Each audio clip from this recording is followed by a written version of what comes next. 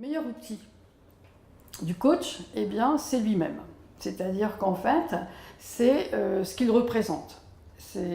Puisqu'en fait, il aura donc probablement étudié, il se sera informé, il aura un certain nombre de formations avec lui, mais ce qui va faire sa valeur et ce qui va faire son art, c'est effectivement sa personnalité, son expérience et essentiellement sa capacité d'écoute. Donc je vais utiliser un mot magique chez nous, c'est le mot d'empathie. Et donc effectivement, d'avoir une écoute qui soit empathique. Alors qu'est-ce que c'est l'empathie ?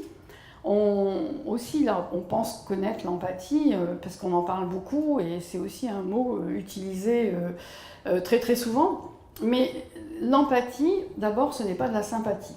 Par contre, l'empathie, c'est vraiment cette capacité que l'on a à se mettre à la place de l'autre. Et c'est de comprendre ce que l'autre est en train de dire, et de se dire à lui, et de se dire à nous. Mais nous, en tant que coach, si on est vraiment dans l'empathie, eh bien tous ces filtres dont je vous ai parlé, toutes ces valeurs, parce que vous pouvez avoir quelqu'un en face de vous qui vous raconte des choses qui vous horrifient.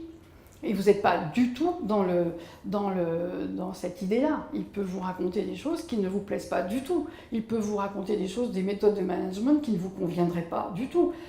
Mais par contre, vous n'êtes pas là, vous n'êtes pas donc non plus dans le jugement. Il faut que vous restiez dans un jugement de réalité. Et l'empathie consiste à faire en sorte que quand vous mettez les pieds dans votre bureau de coaching et que vous allez vous asseoir sur votre chaise de coach, eh bien vous ayez mis tous les affects sur le porte-manteau, au vestiaire ou dans votre sac à main. Et donc les affects, vos jugements de valeur, vos filtres, et puis justement tout ce qui pourrait nuire à la compréhension de ce que vous dit la personne en face de vous. Et c'est à partir de ce moment-là, c'est à partir du moment où on arrive vraiment à se mettre à la place de l'autre, à comprendre que ce qu'il nous dit et ce qu'il fait est compréhensible si je pars de lui, si je pars de sa situation, on crée un climat de confiance et un climat de bienveillance qui va énormément aider la personne qui est en face de nous. Et c'est à partir de là qu'elle va faire des bonds énormes, puisqu'elle va enfin oser s'accepter comme elle est, se comprendre et puis avancer.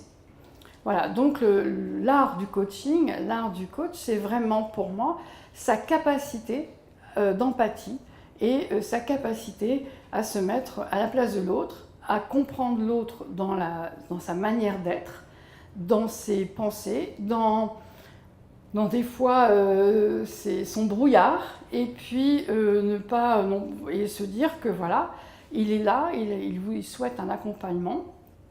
Mais par contre, il ne souhaite pas, et le coach n'est pas là, n'est pas un conseiller. Donc il ne souhaite pas que vous décidiez à sa place.